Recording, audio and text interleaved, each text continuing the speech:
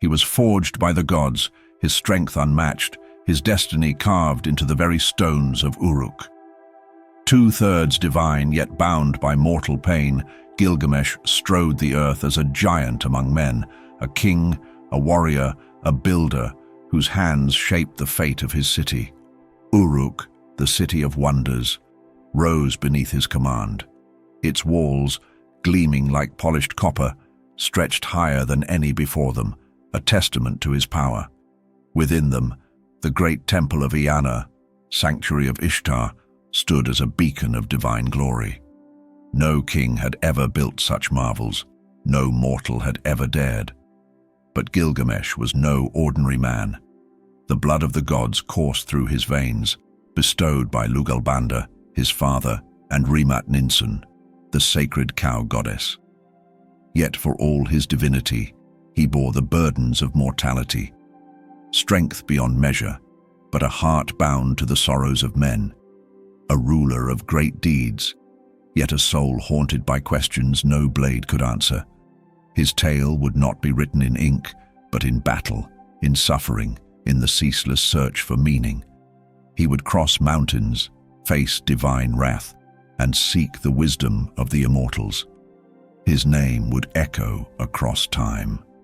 The first hero, the one who defied gods and fate alike. The legend of Gilgamesh had begun. The cries of Uruk had reached the heavens. The people trembled beneath Gilgamesh's rule, his strength unchallenged, his power unchecked. No son was left to his father, no daughter to her mother. Day and night he roamed the streets, a restless force neither mortal nor god could restrain. Anu, lord of the skies, heard the pleas and turned to Aruru, the divine mother who once shaped mankind from clay. Create his equal, the gods decreed, a rival who will match his might, who will temper his strength. From the dust of the earth, Aruru molded a being of pure force. She shaped him broad as the steppe, wild as the storm, his body untamed, untouched by the hands of men. He was Enkidu, born not in the halls of kings, but in the heart of the wilderness.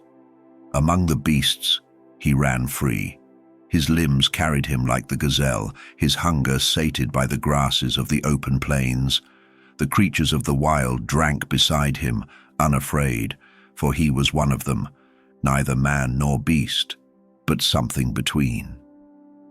But fate does not let God's creations roam unshaped. A hunter, his traps broken, his nets torn, spoke of a wild man who freed the animals, who defied the ways of men. He feared the one born of the wild, and so to Uruk he went, seeking the wisdom of the temple. There Shamhat, priestess of Ishtar, was chosen. Go to him, they said, let him gaze upon you, let him taste the life of men. She found Enkidu at the watering hole, his body strong, his spirit unbroken. And as she beckoned, he drew near. In her embrace, the wild within him faltered. The beasts turned from him, no longer seeing one of their own. A man now stood where the wild one had been. The gods had shaped him to be Gilgamesh's rival. But fate, ever cunning, had chosen a different path. Enkidu, once wild and untamed, now stood at the gates of Uruk, a man like any other, though his spirit still held the echoes of the wilderness. He met Gilgamesh not as an ally, but as a rival. The king, mighty and proud, saw in him a threat to his reign. Enkidu, fierce and free, felt the weight of Gilgamesh's arrogance, a king who ruled without challenge. Their first meeting was a clash of forces. The streets of Uruk shook with the sound of their struggle, a battle of strength, a contest of wills. Gilgamesh, with the god's power coursing through him, threw Enkidu into the dust. But Enkidu rose, unbroken, his wild heart untamed. And yet in that clash, something strange stirred between them, a respect, a recognition. That night, as Gilgamesh lay in his bed, dreams came to him, visions of strength and friendship, of battles fought and won. In the darkness he saw a wild man, fierce, untamed, yet bound to him in a way he could not explain.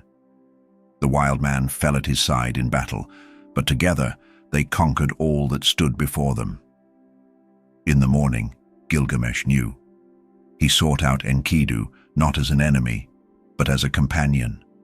And so it began. Their bond, forged in the fires of their first clash, tempered in the cool waters of understanding. Together, they would face the impossible. Together, they would challenge the gods themselves. Their shared adventures would become legends, battling the great Humbaba in the cedar forest, fighting side by side against the gods' wrath. Each battle, each trial drew them closer. They were no longer rivals but brothers, united by fate, bound by the strength of their friendship. Through struggle and triumph, Gilgamesh and Enkidu became the stuff of legend. Two forces united as one. The air of Uruk was thick with whispers, talk of Humbaba, the terror of the cedar forest, a beast so fierce that even the gods trembled at his name. No mortal dared enter his domain, for the forest was sacred, its trees the gods' own. But Gilgamesh, driven by pride and the thirst for glory, would not be deterred. "Let us go," he declared, his voice like thunder, "to the heart of the cedar forest. There, we will face the Guardian, and in his defeat, we will carve our names into the very stars." Enkidu, ever loyal, stood by his side. Though the wild man knew the dangers well, the bond between them was unbreakable. Together, they journeyed through the rugged hills, the mountains that touched the sky, and into the forest's deep, shadowed heart. The path ahead was fraught with dangers. The air thickened with the scent of the ancient woods, the towering trees watching like silent sentinels. The roar of beasts echoed in the distance, and the forest seemed to come alive, its heart beating in time with the steps of the two heroes. The deeper they ventured, the more treacherous the journey became. Whispers of the great Humbaba haunted the air, a voice in the wind that struck fear into their hearts. His eyes were like fire, and his breath like a storm. But Gilgamesh, resolute in his pursuit, led the way, and then they saw him. Humbaba, taller than any man, his skin like bark and his eyes burning with the fire of rage. He stood as a living wall of terror, his presence a weight upon the forest. The very earth seemed to tremble beneath his feet. A battle like none before it began. Humbaba's roar shook the heavens, his power vast and unyielding. Trees were uprooted in his wake, and the forest itself seemed to scream. But Gilgamesh and Enkidu fought with a fury born of destiny.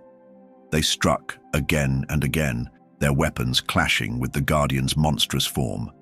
And slowly, inch by inch, they wore him down. The fight raged for hours, each blow bringing them closer to victory. And at last, with a final, mighty strike, Gilgamesh brought Humbaba to his knees. The Guardian fell, the earth shaking as his life slipped away. In the silence that followed, the forest seemed to hold its breath. The sacred cedar, the heart of the forest, now stood unprotected. With the fall of Humbaba, the two heroes claimed their prize. Gilgamesh, with a victorious gleam in his eye, felled the great tree. Its massive trunk crashed to the earth, its leaves scattering like shattered dreams. The forest had fallen, and its secrets were now theirs. But the triumph was bittersweet, for with it came the wrath of the gods. The balance of the world had been disturbed, and the consequences would soon be felt. Ishtar, the goddess of love and war, watched from the heavens with eyes like burning coals, her gaze fixed upon Gilgamesh. His strength had stirred her heart, his deeds had reached the divine, and in her desire, she saw him as her equal, her chosen. "Marry me, Gilgamesh," she said, her voice like a soft command. "Together, we will rule the heavens and the earth. You will be my king and I your queen. There will be no one stronger than us." But Gilgamesh, wise from his journey, saw the danger in her offer. He knew the wrath of the gods, the fickle hearts of immortals, and the ruin they brought. He looked upon her, and with a voice both firm and sorrowful, he rejected her. "Your love is as fickle as the winds, Ishtar," he said, "and your favor as dangerous as the storm.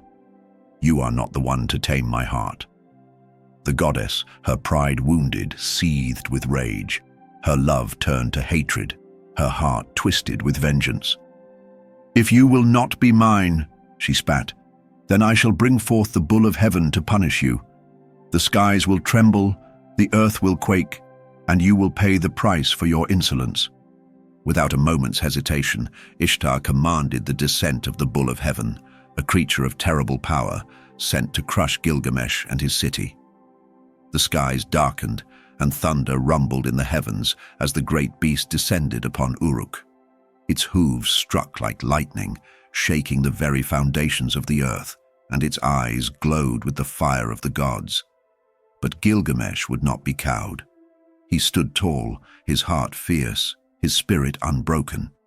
Beside him, Enkidu, his brother-in-arms, stood ready. The two of them were a force unmatched, their bond a strength no divine being could sever. Together they faced the bull. With a roar that echoed through the heavens, they clashed with the beast, striking again and again. The battle raged, the earth trembling beneath their feet, the heavens watching as two mortals fought against the fury of a god. At last, with a final mighty blow, Gilgamesh drove his weapon into the bull's heart, and with Enkidu's strength to guide him, they brought the beast down. The bull of heaven, once a terror of the gods, now lay dead upon the earth, its blood spilling into the streets of Uruk. But the victory was short-lived. The gods, enraged by the death of their sacred creature, turned their fury upon Gilgamesh and Enkidu. The balance of the divine had been broken, and the consequences would be dire. Ishtar's fury was but the beginning. The gods' wrath would soon descend upon the two heroes, and their lives would never be the same. The winds of fate shifted, and with them, the air around Uruk grew heavy. Enkidu, the wild man who had stood by Gilgamesh through countless trials, began to falter. A sickness, unseen and merciless, gripped his body. His strength, once unmatched, began to wane, and the fire in his eyes flickered, dimming. Gilgamesh, ever the protector, watched helplessly as his companion withered away. The gods, in their wrath, had cast this punishment upon Enkidu for the death of the bull of heaven. It was not just the death of the sacred beast that had angered them, but the mortals' defiance of the divine order. The gods had deemed it necessary to make an example of Enkidu, and thus the wild man's life was slowly stolen from him. As Enkidu's illness deepened, he began to experience strange dreams, visions of a place far beyond the earth, a dark and cold realm where the souls of the dead wandered in eternal gloom. In his fevered state, he spoke of the underworld, its gates, guarded by fierce beings, its rivers of sorrow, and its endless shadows. "I see the place where we all must go," Enkidu whispered to Gilgamesh, his voice weak but filled with dread. "A land where the sun does not shine, where even the mighty cannot escape. The gods dwell in the heavens, but we, mortal men, we fall into the abyss. There is no escape from it, Gilgamesh. No matter how great we become, we must all face it in the end." These words struck Gilgamesh like a hammer.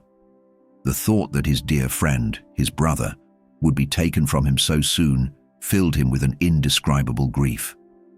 But there was more. Enkidu's words stirred something deep within Gilgamesh, a fear that had long remained dormant. If the gods could so easily snatch away his greatest ally, what would become of him when his time came? How would he too meet death? As Enkidu's body grew colder, the king's heart grew heavier. Gilgamesh refused to accept the inevitable. He sought the gods, pleaded with them for mercy, but his cries fell on deaf ears. Enkidu, once a force of nature, lay motionless in his arms. His friend was gone. The loss was like a sword through Gilgamesh's chest. He had faced monsters, defeated gods, but nothing prepared him for this. For the first time, the king, The mighty hero felt the full weight of his mortality. He could no longer deny it. The gods were indifferent, and death would one day claim him too. In the stillness of the room, as the weight of his grief pressed upon him, Gilgamesh spoke softly to the lifeless body of Enkidu. "You were more than a friend. You were my brother, my companion in all things. And now, the world feels emptier, colder without you." Enkidu's body, still warm in his arms, seemed to whisper back to him, "Do not fear, Gilgamesh. All must face the end. But it is the journey, the deeds we do, that define us. Remember me not in sorrow, but in strength." And so, Gilgamesh was left alone. Alone with his grief, his fear, and the knowledge that no matter how great his deeds, death was a fate none could escape. Gilgamesh, now shattered by the death of his beloved friend Enkidu, found himself lost in a sea of grief and dread. The weight of mortality pressed upon him like an unrelenting storm, and he could not bear the thought of eventually succumbing to the same fate. His heart, once filled with the thrill of battle, now longed only for one thing: immortality. "No mortal should face death like this," he whispered to himself. "There must be a way to defy it, to live forever." And so, with resolve burning in his chest, Gilgamesh set out on a journey to find Utnapishtim, the one man who had been granted immortality by the gods themselves. Utnapishtim, the immortal survivor of the Great Flood, was said to dwell at the ends of the earth, beyond the grasp of men and gods. Gilgamesh's path was uncertain, but his desperation to conquer death drove him forward. The journey was long and treacherous, and each step took him further into the unknown. He crossed deserts that seemed to stretch on forever, climbed mountains whose peaks were shrouded in clouds, and navigated forests dense with shadow and mystery. The trials were unyielding, monsters, storms, and impossible challenges at every turn. But Gilgamesh pressed on, his strength and will no match for the obstacles in his way. Every step brought him closer to the answer he so desperately sought. Days turned into weeks, weeks into months, and yet Gilgamesh did not falter. His body grew weary, his spirit tested, but he would not be deterred. It was not just the fear of death that pushed him, but the weight of Enkidu's memory, the grief that clung to his heart like a dark cloud. At long last, after enduring countless trials, Gilgamesh arrived at the distant shores of the waters of death, where Utnapishtim resided. There he was greeted by the immortal man, whose face was both ancient and wise, his eyes filled with the knowledge of centuries. "You seek immortality, Gilgamesh," Utnapishtim said, his voice like a distant echo of time. "But you do not understand the price of such a gift. The gods gave me immortality, but it was not without its cost. I have witnessed the rise and fall of nations, the endless passing of days, and the death of those I once loved. Immortality is not a blessing. It is a curse." Gilgamesh, his heart burning with determination, asked, "What must I do? I will do anything. I cannot bear the thought of death taking me as it took Enkidu." Utnapishtim's eyes softened, and he motioned for Gilgamesh to sit beside him. "You have already faced trials beyond the scope of mere men, but you are not yet ready to grasp immortality. I will tell you the story of the Great Flood, the event that changed the course of the world." And so Utnapishtim spoke of the flood, the wrath of the gods, and the devastation that followed. He told Gilgamesh of how he was chosen by the gods to survive, how he built a great ark, and how the floodwaters consumed the earth. Through the deluge, Utnapishtim had been spared, along with his family and the animals he had saved. "The gods saw my survival," Utnapishtim continued, "and granted me immortality, for I had witnessed the end of all things and remained untouched by death. But do not be fooled, Gilgamesh. What you seek is not a gift to be given lightly. The gods gave me immortality, but they did so because they knew the burden it would bring. It is a life without end, yes, but it is also a life without meaning. Time becomes your enemy when you cannot die. Gilgamesh listened, his heart heavy with the weight of Utnapishtim's words. "Then what can I do?" he asked. "If I cannot have immortality, how can I face death?" Utnapishtim looked at him with deep understanding, his voice carrying the wisdom of ages. "The answer, Gilgamesh, lies not in defying death, but in understanding it. Life is precious, not because it is eternal, but because it is fleeting. The trials you have faced, the strength you have shown, these are the things that give your life meaning. Immortality cannot be found through the gods, but through your deeds." Gilgamesh, his heart aching, realized the truth in Utnapishtim's words. The quest for immortality had led him here, but it was the journey, the lessons learned, and the strength he had gained along the way that would truly shape his legacy.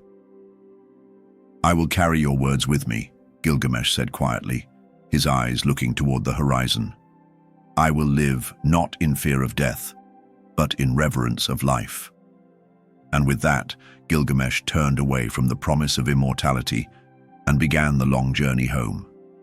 His quest had not ended as he had hoped, but he had found something far more valuable, a deeper understanding of himself and of the fleeting, precious nature of life. Gilgamesh had traveled far and wide, braving impossible trials and defying the gods themselves in his quest for immortality. He had heard the wisdom of Utnapishtim, learned of the great flood, and been told of the elusive plant that could grant eternal youth. And so, with renewed hope, he embarked on one final challenge: to stay awake for 6 days and 7 nights, a trial that would prove his worthiness of the gift the gods had denied him. With all the determination of a king who had faced the world's greatest threats, Gilgamesh sat in the dark, his mind filled with thoughts of Enkidu and the deep fear of his own inevitable death. The hours stretched endlessly, and the weight of exhaustion began to press upon him. Yet Gilgamesh, driven by the memory of his fallen companion and the promise of immortality, fought against sleep. He battled the pull of slumber, striving with every ounce of his strength to remain conscious, to defy the very nature of his mortality. But sleep, like a thief in the night, crept upon him. His eyelids grew heavy, his thoughts scattered, and before he knew it, the first night had passed, then the second, the third. 6 days and nights stretched into one unbearable blur, and still Gilgamesh fought to stay awake, unable to resist the inevitable embrace of sleep. By the time the 7th night had fallen, he had failed. The trial was over, and his chance for immortality slipped through his fingers like sand through a broken sieve. When Gilgamesh finally awoke, disoriented and filled with regret, it was to a world that seemed colder, more indifferent. The plant of eternal youth, his last hope, was gone. A snake, sleek and silent, had slithered into the garden where Gilgamesh had placed the plant, and in a flash, it had taken the prize, leaving only the memory of what could have been. The serpent had shed its skin, and with it, the promise of immortality that Gilgamesh had sought with such fervor. He had been so close to achieving the very thing that had consumed him for so long. But fate, in its cruel indifference, had seen fit to deny him once more. Standing alone in the garden, Gilgamesh felt the full weight of his failure. The serpent's cold, unblinking eyes seemed to mock him, a reminder of the inevitable cycle of life and death that even he could not escape. There was no more hope for immortality, no more promise of eternal youth.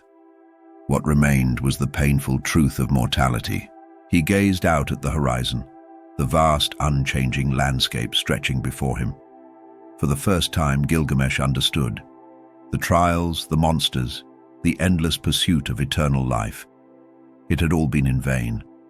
No matter how mighty he had become, no matter how far he had traveled, he was still bound by the same fate as every other mortal.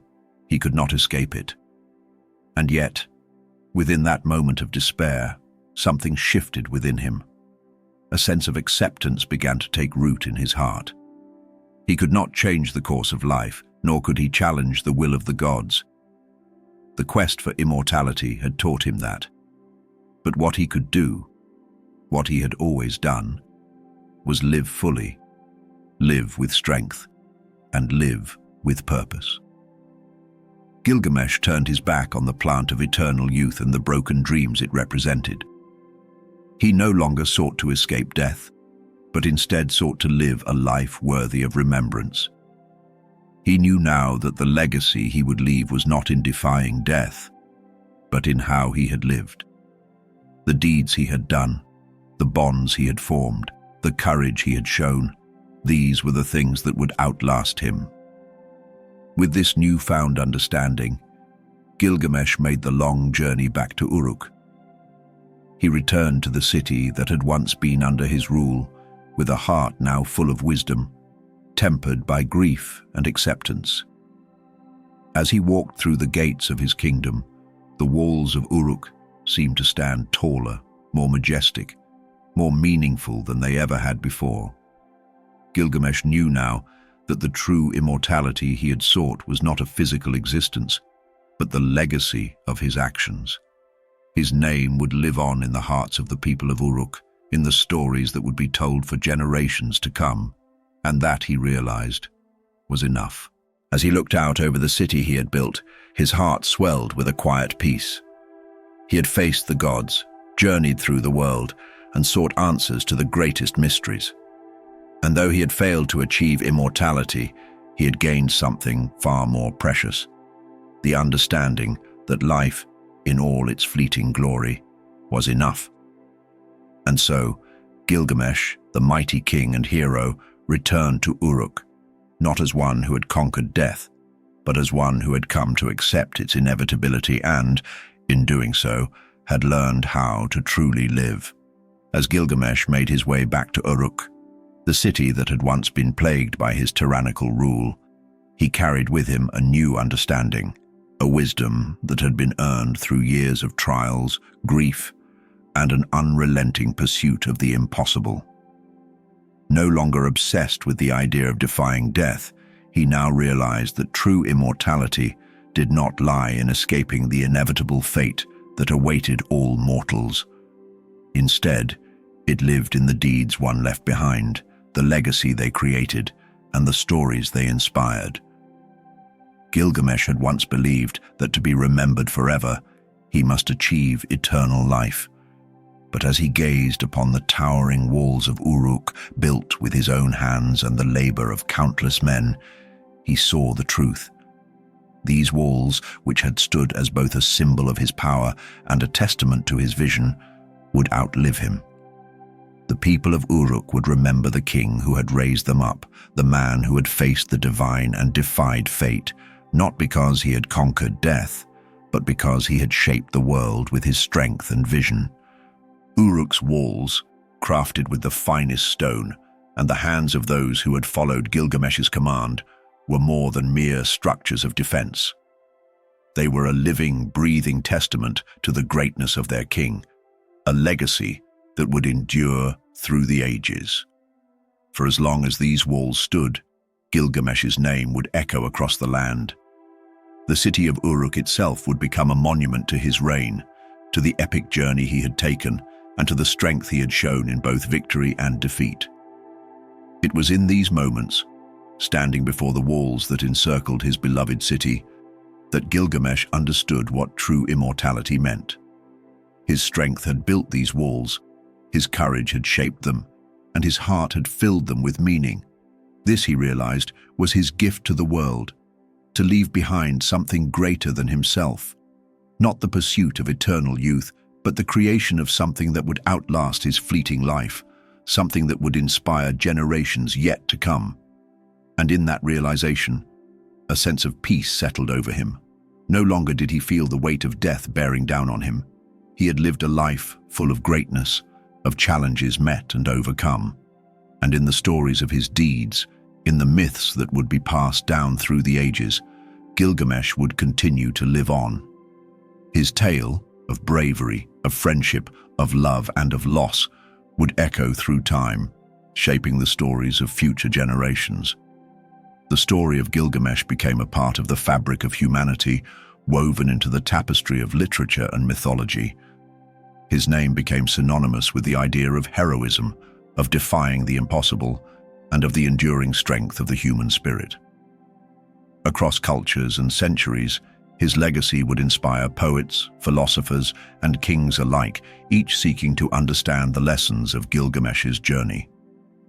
In the centuries that followed, the tale of Gilgamesh would be passed down, carved into tablets, written in scrolls, and retold around campfires. It would inspire countless works of literature, from ancient texts to modern novels, and would shape the very idea of the hero's journey itself.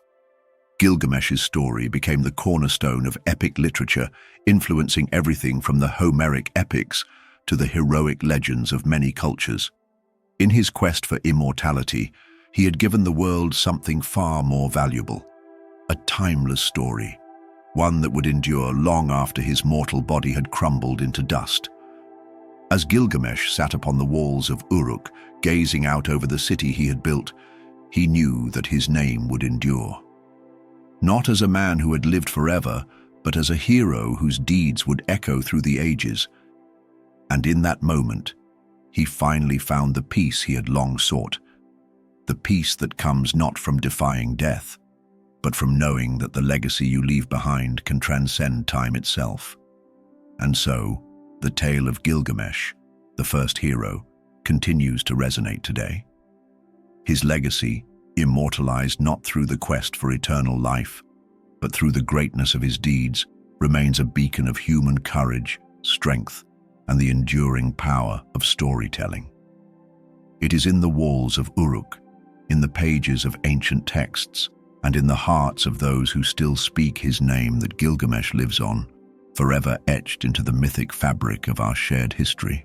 The loss of Enkidu, the one being who had truly understood Gilgamesh, left a hollow void in the king's heart, a void deeper and darker than any he'd ever known.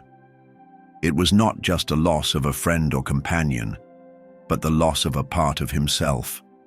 Enkidu's death was the final reminder that even the strongest of heroes could not escape the grip of mortality. Yet, even in death, Enkidu's journey continued, as the drum and drumstick, a symbol of the life he had once known, was sent down to the underworld, signifying his passage to the realm of the dead. The 12th tablet tells the haunting tale of Enkidu's descent into the netherworld. It is a journey that begins with the very finality of death. Upon his arrival, Enkidu is faced with the horrors of the afterlife, an underworld where the departed suffer in eternal darkness. It is a place of shadows, where the souls of the dead wander in despair, never to see the light again. Enkidu's once wild spirit, now bound by death, is confronted by the grim reality of the eternal silence that awaits all beings in the afterlife. The very essence of life is gone, and in its place is the coldness of eternity. As Enkidu moves through the underworld, he encounters beings that were once alive, shadows of their former selves, stripped of all humanity, existing in an endless cycle of despair. It is a realm that strips away all strength, all glory, and all power. Even the mighty Enkidu, with his untamed wildness and divine strength, finds himself powerless before the finality of death. He is now just another soul, swallowed by the darkness, and bound to the same fate that awaits all mortals. Upon his arrival in the netherworld, Enkidu encounters a terrifying vision. He sees his own fate mirrored in the faces of those who have gone before him. The drum and drumstick, symbols of his life, are taken from him as a final offering to the realm of the dead. These once vibrant instruments, which had marked the rhythm of his life, are now hollow and silent in the face of death's all-consuming grip. But it is not only Enkidu who suffers. As the news of his death reaches Gilgamesh, his grief takes on a new, deeper meaning. The man who had once sought immortality, who had defied gods and faced impossible odds, now finds himself powerless in the face of death. No strength, no bravery, no power could undo the irreversible law of nature. The gods had shown Gilgamesh many lessons, but none as stark as this. All things must die, even heroes, even kings, and there is no escaping this truth. Gilgamesh's sorrow is palpable, and in this moment he is forced to confront the very thing he had sought to outrun, the inescapable reality of mortality. The world that had once seemed so vast, full of possibility and triumph, now felt small and fragile. His tears flowed like a river, as he wept not only for Enkidu, but for the fragility of all life. The weight of his grief was more than a loss of a friend. It was the loss of everything he had ever known, his dreams of immortality, the hope that he could defeat death, and the understanding that even the greatest among us are doomed to the same end. And so, in the face of the undeniable truth that death is final, Gilgamesh's journey shifts once again. No longer does he seek to defy death or conquer it. Instead, he begins to understand that the true measure of a life is not in escaping death, but in the impact one leaves behind, the legacy they create, and the lessons they learn along the way. Enkidu's descent into the underworld, his final fate sealed, becomes the ultimate reminder to Gilgamesh that death is not just an enemy to be vanquished, but a part of the cycle of life, a cycle that must be respected and understood. It is the culmination of Gilgamesh's journey, the moment that teaches him what it truly means to live and to die. And though Enkidu may be lost to the darkness, his spirit, his friendship, and his lessons remain with Gilgamesh, shaping the man he has become and the legacy he will leave behind. As the drum and drumstick fade into silence, so too does Gilgamesh's quest for immortality. The only immortality he will ever achieve is not through defying death, but through the echo of his deeds, the walls of Uruk, and the eternal story of the friendship that changed him forever. The tale of Gilgamesh and Enkidu will live on, passed from generation to generation, reminding all who hear it of the lessons learned in life, death, and the enduring power of friendship. The Epic of Gilgamesh stands as the oldest known literary work in human history, a masterpiece that transcends time and culture. Written on 12 tablets in cuneiform script, it tells the story of a king who confronts death, wrestles with the gods, and ultimately discovers that immortality lies not in defying fate, but in the legacy one leaves behind. Gilgamesh's journey, a blend of heroism, wisdom, and tragedy, echoes through the ages, not only marking the birth of literature, but laying the groundwork for the myths and stories that would shape civilizations to come. This epic's influence stretches far beyond the realm of literature. It has deeply affected later mythologies, religious traditions, and philosophical thoughts. Ancient texts, from the Hebrew Bible to Greek mythology, carry the fingerprints of Gilgamesh's journey. The themes of a hero's quest for immortality, the friendship between two unlikely companions, and the search for meaning in the face of death are universal motifs found in many later stories.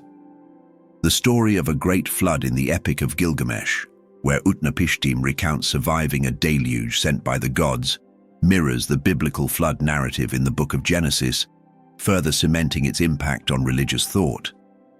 The Epic of Gilgamesh also influenced the foundation of literature itself. Its structure, composed of various poems, each rich with symbolism and moral lessons, paved the way for future epic tales like the Iliad, the Odyssey, and later works in the Western literary tradition. The story's complexity, dealing with profound themes such as death, friendship, and the human condition, set a standard for what literature could achieve. The narratives of human struggle against divine forces, the exploration of love and friendship, and the search for wisdom would resonate through future centuries of storytelling. The discovery of the Epic of Gilgamesh in the 19th century in the ruins of ancient Nineveh revolutionized our understanding of the ancient world. For centuries, the Sumerian, Akkadian, and Babylonian civilizations were known primarily through fragments of history and archaeology. But the deciphering of the cuneiform tablets containing the epic provided an unparalleled insight into the culture, beliefs, and values of these early peoples. It revealed to the modern world a sophisticated society that grappled with the same questions of mortality, friendship, and legacy that we continue to face today. Moreover, the discovery of the Epic of Gilgamesh has been a key factor in reshaping our understanding of ancient civilizations. It paints a picture of a world rich with mythology, where gods and heroes interacted with mortals in a tapestry of stories that explained natural phenomena and moral dilemmas. It tells us that the Sumerians, the Akkadians, and other ancient peoples were not simply primitive societies, but complex cultures with profound insights into the human condition. The impact of the Epic of Gilgamesh on modern scholarship cannot be overstated. Scholars now look to the epic to better understand the literature, mythology, and religion of ancient Mesopotamia. It has become a cornerstone of ancient studies, shedding light not only on the culture of the time, but also on the foundational role that myth and storytelling played in shaping societies. The epic offers us a window into the past, but it also holds up a mirror to our present, forcing us to reckon with the timeless themes of life and death, friendship and loss, power and humility. In the end, the Epic of Gilgamesh is not just the oldest literary work we have, it is a key to understanding the evolution of human thought. Through it, we see how ancient cultures wrestled with the same existential questions that continue to haunt humanity today. Its legacy lives on, a testament to the enduring power of stories to shape our world and to the wisdom passed down through millennia.